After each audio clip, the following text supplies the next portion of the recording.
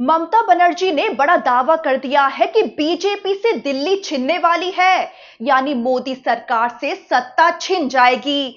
यही नहीं, ममता बनर्जी ने तो अमित शाह को लेकर बड़ी बात कह दी है। ममता ने संदेह जताया है कि अमित शाह प्रधानमंत्री मोदी के कामों में दखल देते हैं। ममता ने अमित शाह की तानाशाही का हवाला देकर बड़ा दावा कर दिया है।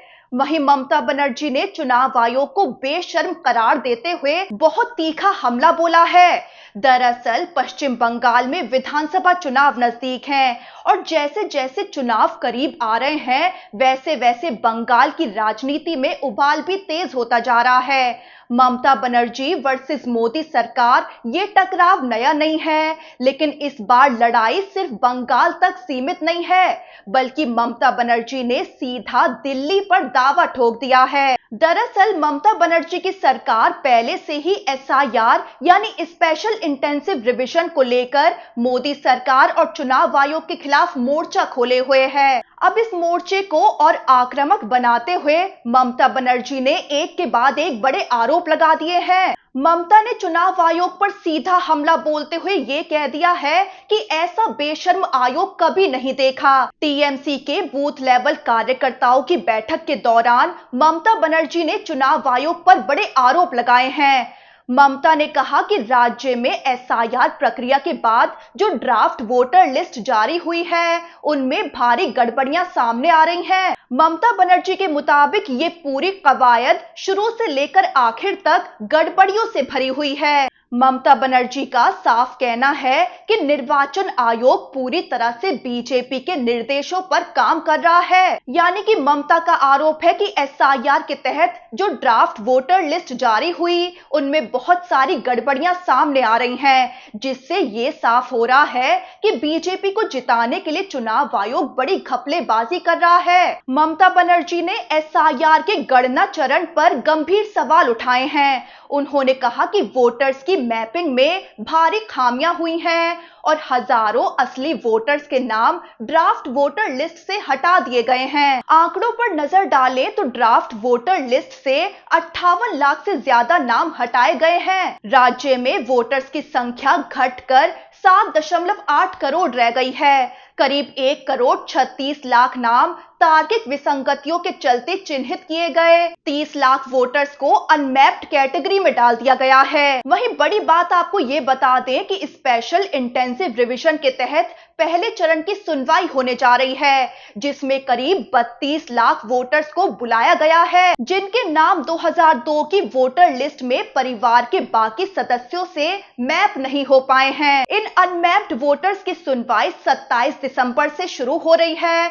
हर सुनवाई माइक्रो ऑब्जर्वर की निगरानी में होगी, जो राज्य सरकार के अधिकारी होंगे। लेकिन ममता बनर्जी ने इस पर आरोप लगाया है कि माइक्रो ऑब्जर्वर्स को स्थानीय बंगाली भाषा का पर्याप्त ज्ञान ही नहीं है, तो ऐसे में वो लोगों की समस्या कैसे समझेंगे। ममता बनर्जी बोली कि ऐसे अधिकारी सत्यापन जैसी संवेदनशील काम के लिए अयोग्य हैं। साथ ही ममता ने बड़ा आरोप लगाया है कि निर्वाचन आयोग राज्य सरकार को बिना बताए पर्यवेक्षकों की नियुक्ति कर रहा है और पूरी प्रक्रिया बीजेपी के हित में चलाई जा रही है। साथ ही ममता ने यह भी बड़ा सवाल उठाया है कि इतने कम समय में इतनी बड़ी संख्या में असली वोटर्स की समस्याओं को आखिर कैसे सुलझाया जाएगा।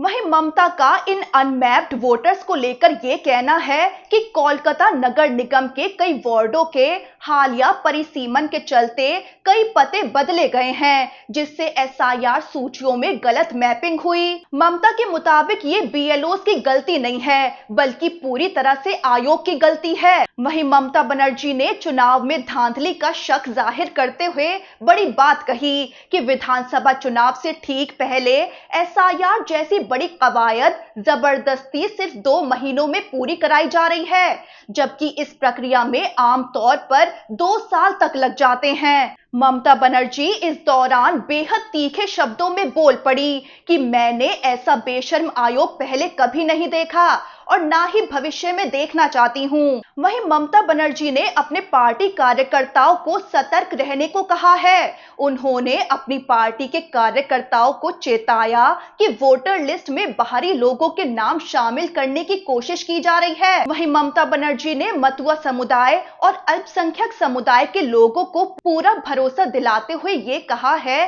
कि उन्हें मताधिकार से वंचित नहीं होने दिया जाएगा। ममता बनर्जी ने सीधे बीजेपी पर आरोप लगाया है कि बीजेपी बंगाल में मुसलमानों के बीच फूट डालने की कोशिश कर रही है और अल्पसंख्यक समुदाय को बांटना चाहती है। ममता ने अल्पसंख्यकों से एकजुट रहने की अपील की है और कहा है कि बीजेपी पैसे की ताकत से लोगों को बांटना चाहती है। इसी बीच मुख्यमंत्री ममता बनर्जी ने गृह मंत्री अमित शाह का नाम लिए बिना उन पर तानाशाही का आरोप लगाया है। ममता ने कहा कि केंद्र सरकार देश को खतरनाक दिशा में धकेल रही है और लोकतांत्रिक मूल्यों को कमजोर किया जा रहा है। ऐसे में ममता अमित शाह का नाम लिए बिना तंज कसते हुए बोल पड़ी कि वो सब कुछ नियंत्रित कर रहे हैं और मुझे तो संदेह है कि वो प्रधानमंत्री के कामों में भी दखल देते होंगे। यानी ममता ने अमित शाह पर तानाशाही का आरोप लगाते हुए ये दावा किया है कि प्रधानमंत्री के कामों में भी उनकी दखल होती है। और इसी बीच ममता ने ऐसा कुछ कहा कि बड़ा सियासी धमाका कर दिया। ममता बनर्जी साफ शब्दों में बोल पड़ी कि हम बंगाल को बीजेपी के चंगुल से बचाने के बाद दिल्ली पर कब्जा करेंगे।